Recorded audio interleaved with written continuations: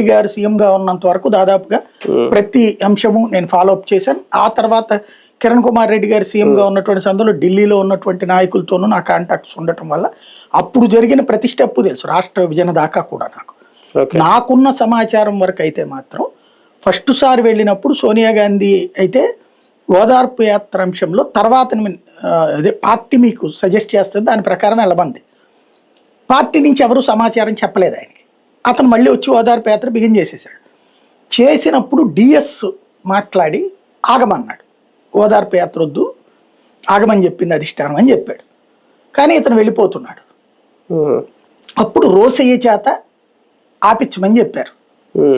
రోసయ్య డైరెక్ట్గా జగన్కి చెప్పాల, ఎందుకంటే పార్టీ అధిష్టానం తనకి చెప్పాల, పార్టీ అధిష్టానం డిఎస్కి చెప్పింది. కానీ ఈయనకి చెప్పలేదు.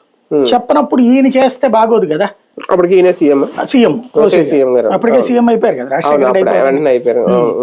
ఆయన ఏం చేశారు, పార్టీ నాయకుల వరకు ఫోన్ చేసి సీనియర్ నాయకులకి జగన్ వచ్చినప్పుడు వెళ్ళబాకండి అని చెప్పారు.